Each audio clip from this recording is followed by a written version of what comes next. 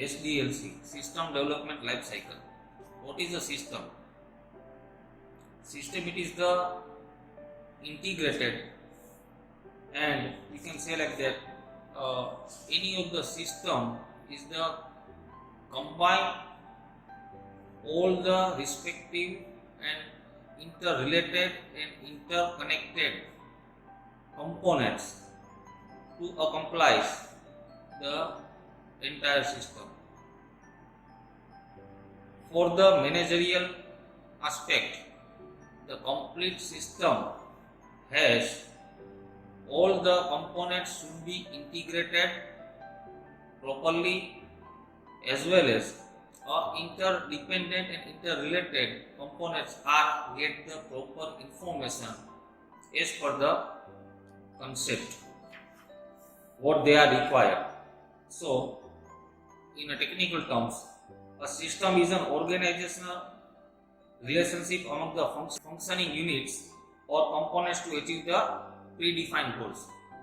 Any of the system has the goal, what they want to be achieved by a particular system, and as per the requirements of the system, as per the specification of the goal, we must be specified the components or the subsystem or the departments regarding to the goal to be achieved. So there are TPS, Transactional Processing System, Management Information System, that is the MIS, and DSS, that is the Decision Support System, as well as the Office Automation Systems. So let us think that what are the benefits of the system. We take an example as the education system consists of all the required aspect regarding to the admission of the students, different kinds of courses they are offered, as in faculties available, accounting department to manage all the things regarding to the fees collection, examination system should be there, which is well specified, well organized. The library things should be there, library, the component which is more important in educational or the academic system. So up to the get the admission by the students in a particular college or institute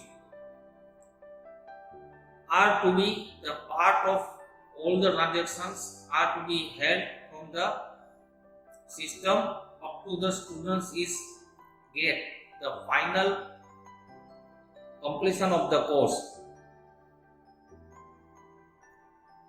And accounting or the library or the examination system or the academic aspects, all the things are to be required a subsystem which should be the well specified.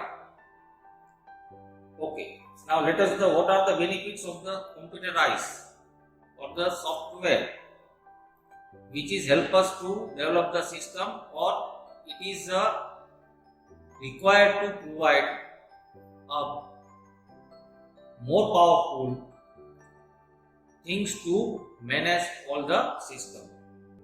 The benefits of the software are capability, increase the capability with the improve the processing speed, increase the volume, faster return of the information, the controls, the centralized control of the things to give the better management, better security provides their communication, make an easy communication to the concerned departments or concern the all the subsystem, you can say like that.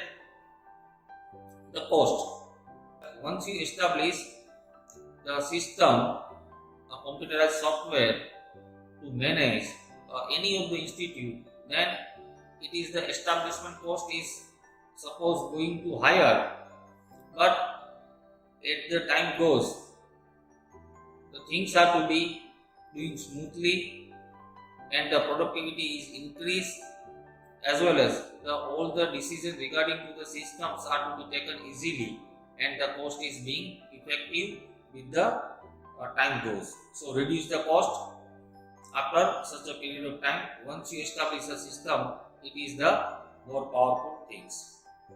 The competitiveness, or you can say like the all the customers, all the regarding persons, here it is the students or any of the things like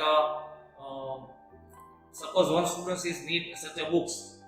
If it is eligible for the books, then it is issued for such a period of time. Such a things are to be reminded.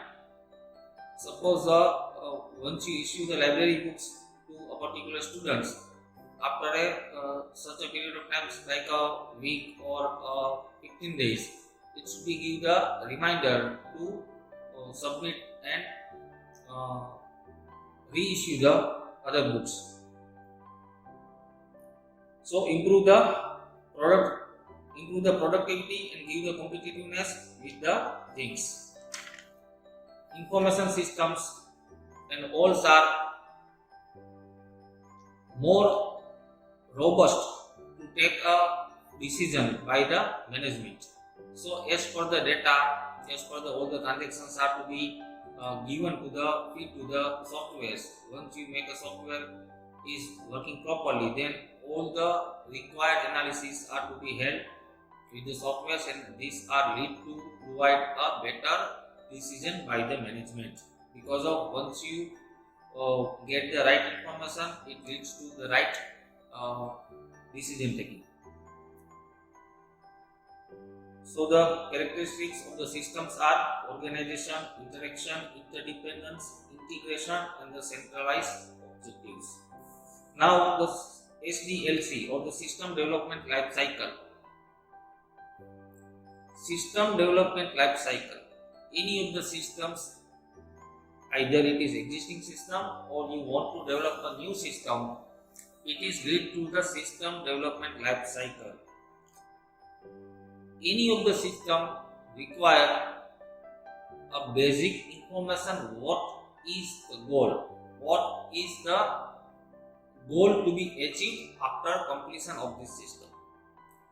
To know the basic requirements, to know the final goal, what they want, is the main important things.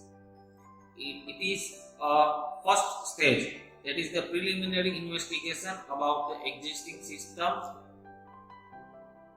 Then after the determination of the system requirements, what they want, which kind of facilities are available, which kind of new one facilities are to be added. Then after the design the system, once you get all the required specification, then design is things to be achieved.